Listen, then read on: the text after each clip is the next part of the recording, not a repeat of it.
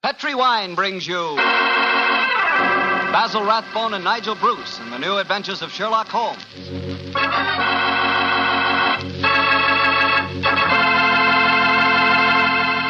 The Petri family, the family that took time to bring you good wine, invites you to listen to Dr. Watson tell another exciting adventure he shared with his old friend at Master Detective Sherlock Holmes.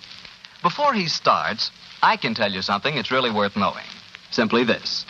The best beginning a good meal ever had is a glass of Petri California Sherry. Petri Sherry is the perfect before-dinner wine. While you're waiting for dinner to be put on the table, pour yourself a glass of that clear, amber-colored Petri Sherry. Now, just sit back and sip it slowly.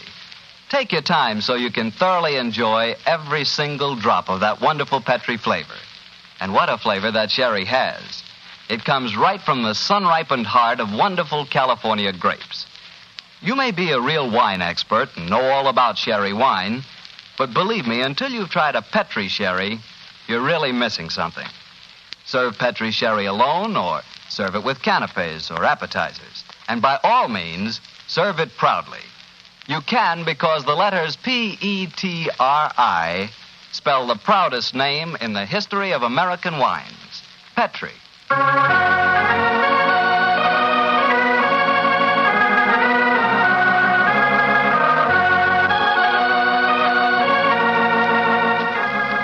And now let's visit our good friend and host, Dr. Watson.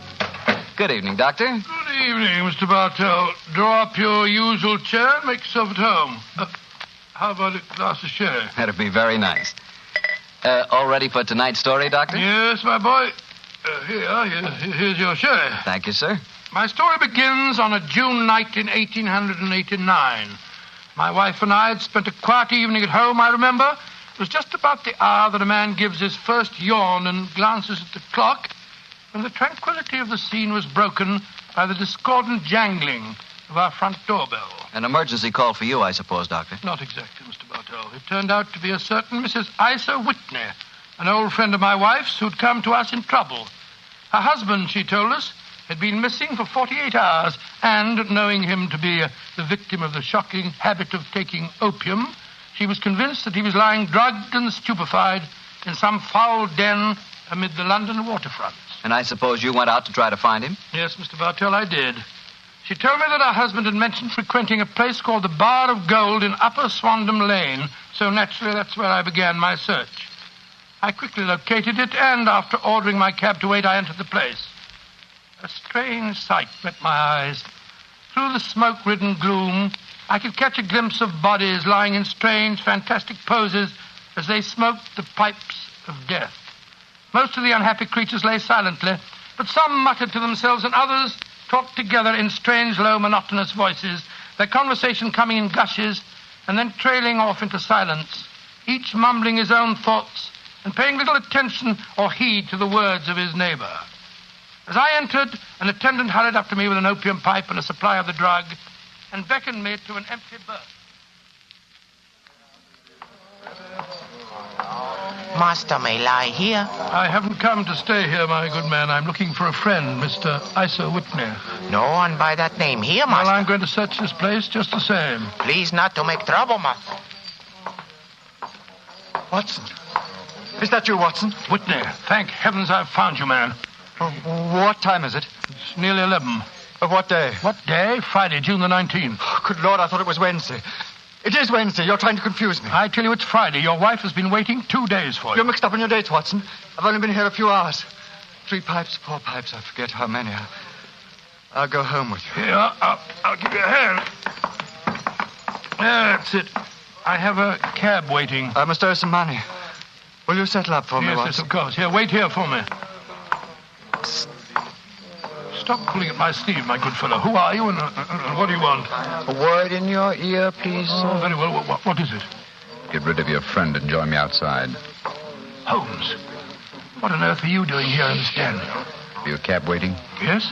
Then please use it to send your befuddled friend home in. And if you feel up to it, I should also recommend that you send a note to the cabman telling your wife that you have thrown in your lot with me. I'd be exceedingly glad to have a little talk with you. Yes, of course, Holmes. Splendid. Then conclude your business here, old chap. I'll meet you outside in about 10 minutes.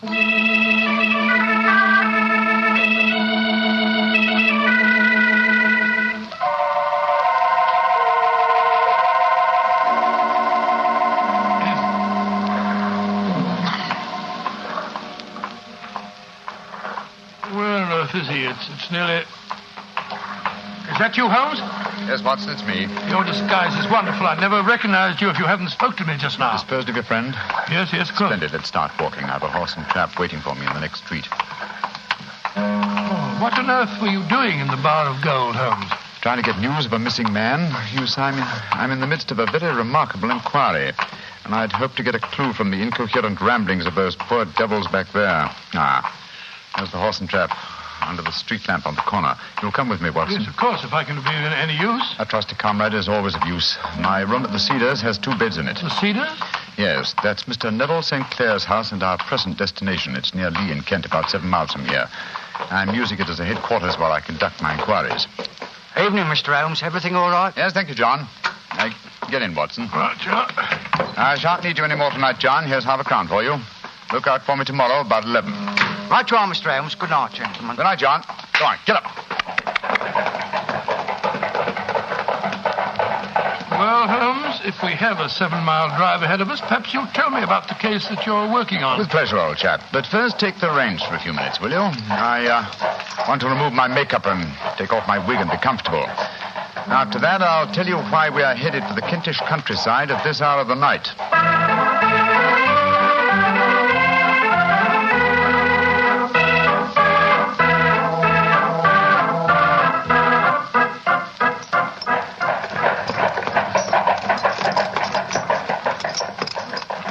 Watson, you have a grand gift of silence. It makes you invaluable as a companion. We've driven 4 miles and you haven't uttered a word. It wasn't easy, Holmes. I've been dying to question you, but I could see that you were preoccupied. Then I shall reward you with a clear and concise statement of my problem. Mr. Neville St. Clair, aged 37, the father of 2 children and an affectionate husband, is missing. He left his house, the Cedars, near Lee, our present destination, last Monday. 4 days ago, huh? Yes. Now, why should an affectionate husband and a happy father disappear? Any money trouble? No, I think not. His entire debts, at the moment, amount to £88, while he has £220 standing to his credit at the Capital and Counties Bank. Who was the last person to see him on Monday? His wife. But let me tell you the story. He left his house for London rather earlier than usual. He was a businessman, then? Yes, he has an interest in several companies in London, but his wife doesn't know exactly what he does. But to continue. He left for London saying that he would bring his little boy home a box of toy bricks.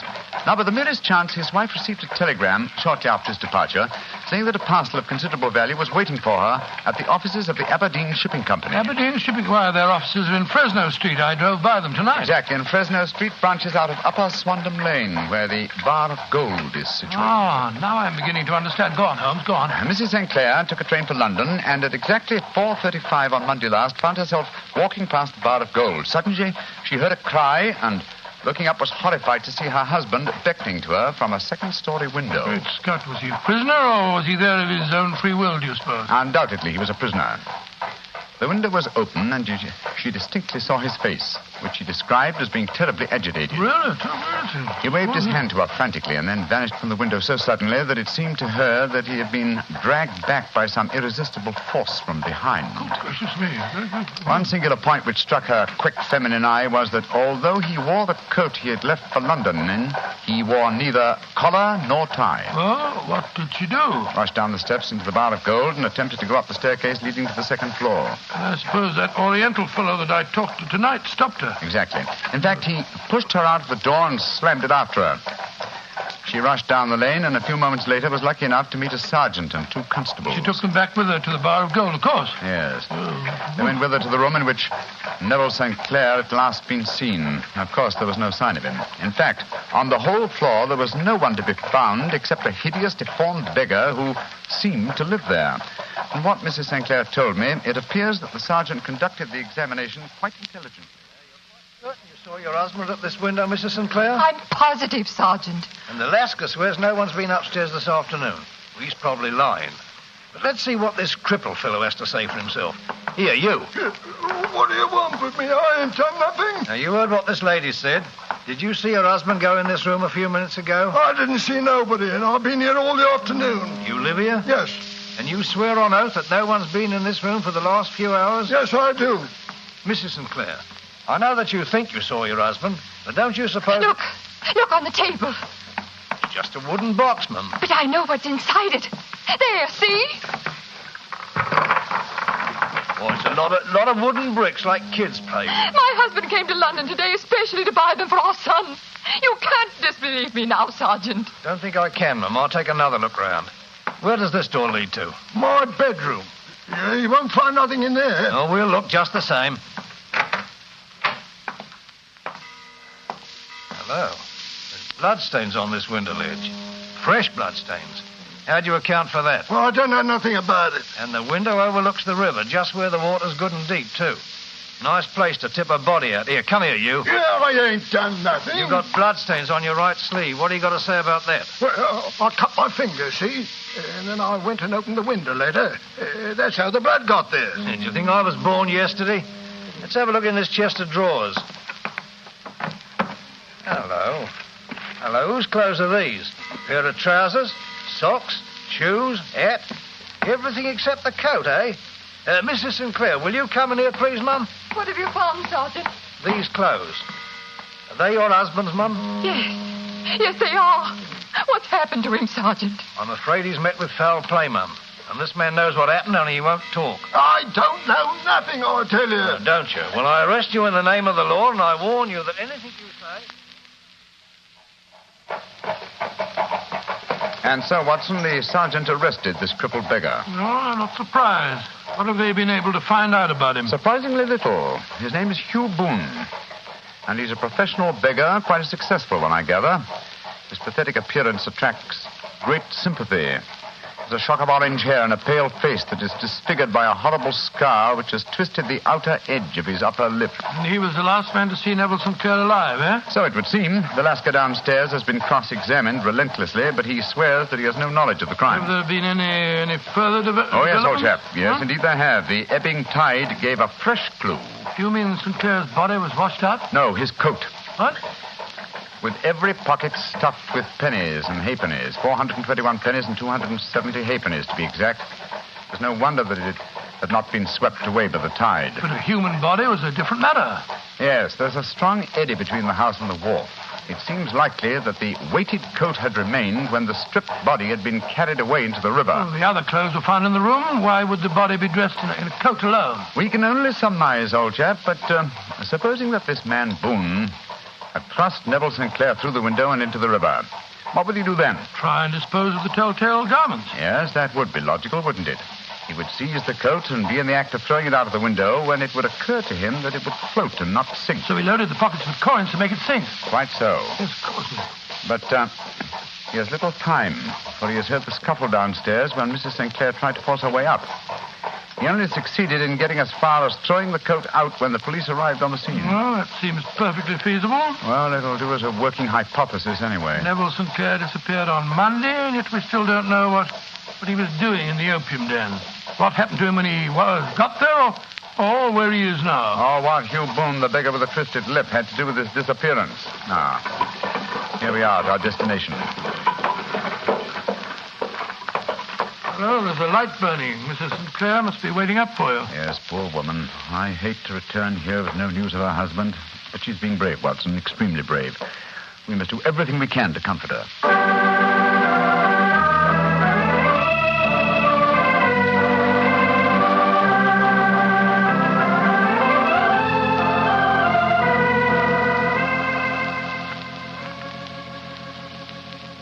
Dr. Watson, I'm so grateful that you were able to come down and help your friend. Oh, I only hope that I can be of some help, Mrs. Sinclair. I see that you have no good news for me, Mr. Holmes. I'm afraid not.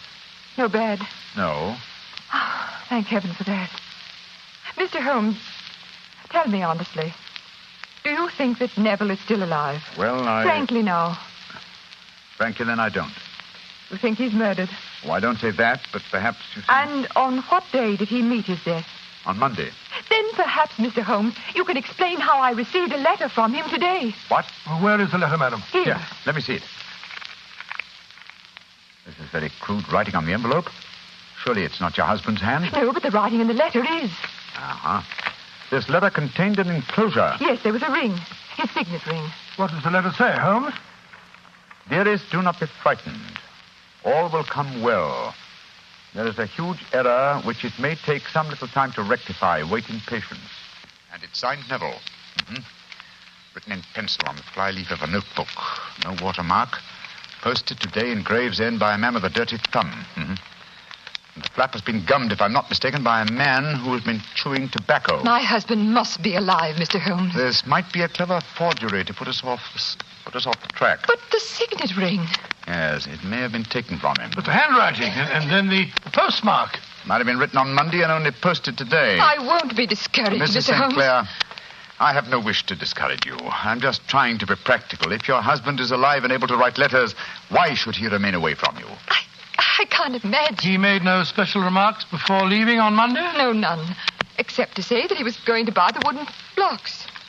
When you saw him at the Bar of Gold in Swandam Lane, was the window open? Yes, Then he might have called you. he might. As I understand it, he gave an inarticulate cry, a call for help, you thought. Yes, he waved his hands. But it might have been a cry of surprise. Astonishment at the unexpected sight of you might have caused him to throw up his hands. I suppose so. And you thought that he was pulled back from the window. Yes, because he disappeared so abruptly. He might have leaped back, mightn't he? He might have, though I can't think why. One last question. Had your husband ever shown signs of, taking opium? Why, no, never, Mr. Holmes. I'm certain the idea would have revolted him. Thank you, Mrs. St. Clair. Those were the principal points I wanted to be clear on. And now, Watson, I suggest we retire for the night. We may have a busy day ahead of us tomorrow. I hope you both sleep well. Good night, Mr. Holmes. Dr. Watson. Good night, Mrs. St. Clair, and keep up your courage. Good night, Mrs. St. Clair. We must hope for the best. The clouds seem lighter, though I should not venture to say that danger is over.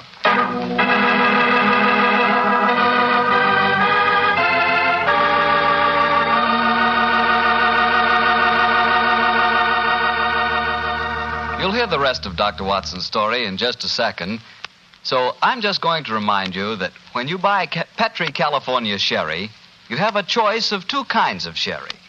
You can choose Petri regular sherry, or if you prefer your sherry dry, not sweet, ask for Petri pale dry sherry. They're both fine wines. And if you don't know which you'd prefer, don't buy one, buy two. Buy them both and try them both. And remember this. Petri sherry is the perfect all-round, all-occasion wine. It's good before dinner, after dinner, at cocktail time, and any time. Just be sure you get Petri. Petri sherry. Well, Dr. Watson, you and the great Sherlock Holmes certainly deserved a good night's rest. Did you get it? I did, Mr. Bartell, but Holmes made no attempt to sleep. As soon as we retired upstairs, he donned a blue silk dressing gown and then wandered about the room, collecting pillows from his bed and cushions from the sofa and the armchairs. With these, he constructed a sort of eastern divan on which he perched himself cross-legged with an ounce of shag tobacco and a box of matches laid out in front of him. He was all set for a session of thinking, I guess, huh? Yes, my boy. In the dim light of the lamp, I saw him sitting there, an old briar pipe clenched in his teeth, his eyes fixed vacantly on a corner of the ceiling, the blue smoke curling up from him, silent, motionless. So he sat as I dropped off to sleep, and so he sat when I wakened in the morning to find the summer sun shining into the room. The pipe was still between his lips, the smoke still curled upward, and the room was full of a dense tobacco haze. But nothing remained of the heap of shag which I had seen on the previous night. Watson. Awake, Watson? What time is it? 20 minutes past 4. Lord Holmes, you haven't been to bed. True, old chap, I had to think. I couldn't allow my brain the luxury of sleeping. You game for a morning drive? Yes, certainly. I'll get dressed. Good. No one's stirring yet, but I know where the stable boy sleeps. I'll have the horse and trap up in no time at all. Oh, where are we going? To prison. To visit Hugh Boone, the man with the twisted lip. Holmes, you're unusually excited. What's on your mind? I want to test a little theory. I think, Watson, that you are now standing in the presence of one of the most absolute fools in Europe. I deserve to be kicked from here to Charing Cross, but I think I have the key to the affair now. Oh, where is it? In the bathroom. What? You're joking, Holmes. No, I've just been there and removed it. It's in my coat pocket now. Hurry and get dressed, old chap. Then we'll drive over to the prison and see whether my key fits the lock.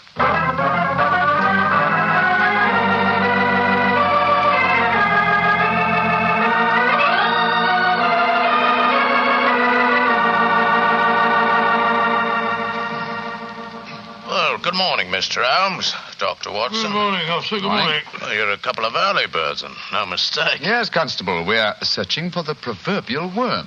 Who's on duty? Inspector Bradstreet, sir. Oh, here he is now. Good morning, Bradstreet. Oh, hello, Mr. Holmes. Good morning, Doctor. Good morning, Inspector. What can I do for you, gentlemen? We called about Hugh Boone, the beggar man who is charged with being concerned in the disappearance of Mr. Neville St. Clair. You have him here? Yes, Mr. Holmes. He's in the cells. I'll take you to him. Follow me, will you, gentlemen? Thank you. Well, what kind of a prisoner has he been, Inspector? Oh, he hasn't given us any trouble, but he's a dirty devil. It's as much as we can do to make him wash his hands.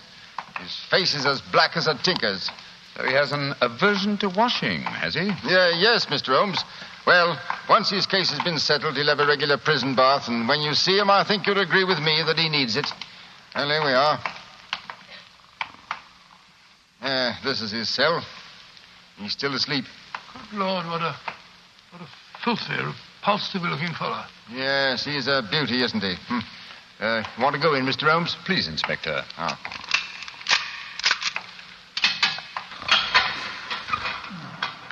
Well, he certainly needs a wash. Yes, I had an idea that he might. That's why I brought this sponge along in my pocket. Oh, so that was the key that you found in the bathroom. Oh, you're a funny one, Mr. Holmes, and no mistake. What did you bring a sponge along for? I'll show you. Is there any water in this cell? In the jug on the table there. Yes. I soak the sponge in the water so, and then apply it to the prisoner's face, so. Great Scott, his complexion's 3 shades lighter underneath, and the scar on his lip has disappeared. What are you doing to me? Now a tug on this mop of red hair, and I think we'll find it's a wig. Yes, come on. That's right. Let me introduce you to Mr. Neville St. Clair of Lee in the county of Kent. Good Lord, Mr. Holmes, it's the missing man, all right. I recognize him from the photographs. All right. I'm Neville St. Clair. What am I charged with? With making away with Mr. Neville St. Oh, no, you can't be charged with that unless we make a case of attempted suicide of it. Well, since I'm the missing man, then it's obvious that no crime has been committed, and therefore I'm illegally detained. No crime, but a very great error has been committed. You would have done better to have trusted your wife. It wasn't only my wife, it was the children. I couldn't bear to have them know that their father was a common beggar. Now you've exposed me. What can I do? Well, if you leave it to a court of law to clear this matter up, sir, you can hardly avoid newspaper publicity. But if you're perfectly honest with us now, I'm sure that the inspector and Mr. Holmes won't be too hard on you. No, Mr. St. Clair. Inspector Bradstreet will, I'm sure, make notes on the information that you give us and submit them to the proper authorities. But now, sir, your story, please. Why have you been posing as Hugh Boone, a crippled beggar with a twisted lip? Well, it's a simple enough story. Some years ago, I was a newspaper reporter. One day, my editor wanted an article on begging in the London metropolis. I suppose you thought the best way to get your facts was to disguise yourself as a beggar. Yes, I'd been an actor in my youth, and it wasn't hard for me to adopt a convincing disguise. But that was the point where all my trouble started. On that first day I sat in the London streets, I found to my amazement that I received no less than 26 shillings and 4 Almost as much as your weekly salary as a reporter, I imagine. Yes, Mr. Holmes. Well, you can imagine how hard it was to settle down to arduous work at £2 a week when I knew that I could earn as much in a couple of days by smearing my face with paint, laying my cap on the ground, and sitting still. Only one man knew my secret. The Lascar at the Bar of Gold in Upper Swandam Lane, eh? Yes, Mr. Holmes. Mm-hmm. Every morning I would emerge from there dressed as a beggar, and in the evenings I'd return and transform myself into a well-dressed man about town. The fellow was well paid for his rooms, and well, I knew that my secret was safe in his possession. And when you got married, you couldn't bring yourself to confide in your wife, I suppose. No, I couldn't. My wife knew that I had a business in the city. She little knew what. When you saw your wife from the window last Monday, you quickly changed back into the character of the beggar, I suppose. Yes, Mr. Holmes. Of course. And then weighted my coat and threw it into the river. Mm-hmm. Well, I don't think there's anything else I need explain, is there, gentlemen? One point. The signet ring that you sent your wife. Well, I knew that she'd be worrying. So I gave it to the Lascar at a moment when no constable was watching me, together with a hastily scribbled note. That note only reached her last night, Mr. St. Clair. Last night? Oh, poor Catherine. What a dreadful week she must have spent. The police have been watching that Lascar. He probably found it difficult to post the letter for you without being spotted. Yes, I would surmise he gave it to a sailor customer of his to post. A sailor who chewed tobacco and had a dirty thumb. Yes, I think all the ends are tied off very neatly now. One last question, Mr. Sinclair. Have you ever been prosecuted for begging? Oh, many times, but what was a fine to me? It's got to stop here and now, Mr. Sinclair. If the police had asked this thing up, there must be no more of you, Boone, the beggar. I swear it. And you must tell your wife the truth at once. If you'd done that a long time ago, you'd have saved both of yourselves a very great deal of misery, sir. I shall tell her everything. Well, Mr. Holmes, we're very much obliged to you for having cleared this matter up. I wish I knew how you reached your results, though. Well, in this case, my dear Inspector, I reached them by sitting upon 5 pillows and consuming an ounce of shag tobacco. I only wish that all my problems might be solved so comfortably.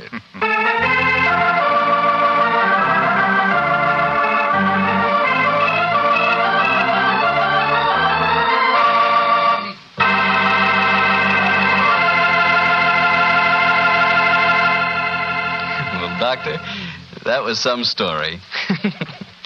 Imagine arresting a man for committing a murder and then finding out that he's the fellow who's supposed to be dead. It is a bit bewildering, isn't it? You said it. Boy, being a detective sure has its surprises. Nothing like that ever happens to me. Oh, come. One would believe to hear you talk that you lead a very uneventful life. Oh, but I do, Doctor, I do. Why, I never get any surprises. Look, I tell our friends that Petri wine is always good wine. And what happens? Oh, what does happen? Everybody agrees it's good wine, and that's that. Well, it's just got to be. After all, the Petri family has been making wine for generations. Winemaking is their heritage. A heritage passed on down from father to son, from father to son, from generation to generation. The Petri family knows full well the art of turning luscious, sun-ripened grapes into fragrant, delicious wine. And because the making of Petri wine is a family affair, you can be sure that the name Petri on a bottle of wine really stands for something. It's your assurance that every drop of wine in that bottle is good wine. No matter what type wine you prefer, you'll never go wrong with a Petri wine because Petri took time to bring you good wine. Well, Dr. Watson, what new Sherlock Holmes adventure are you planning to tell us next week? Well, now let me see. Next week, Mr. Bartell, I'm going to tell you a weird story of violence and of sudden death that struck without warning. I call it The Strange Adventure of the Uneasy Easy Chair.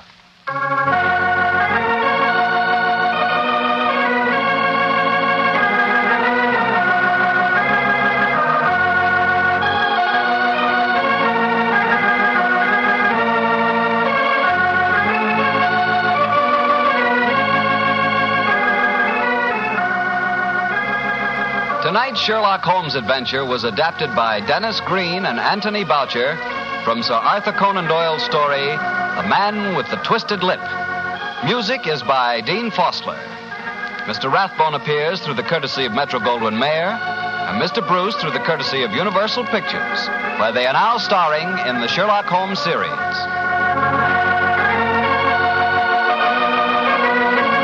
The Petri Wine Company of San Francisco, California, invite you to tune in again next week, same time, same station. Sherlock Holmes comes to you from our Hollywood studios.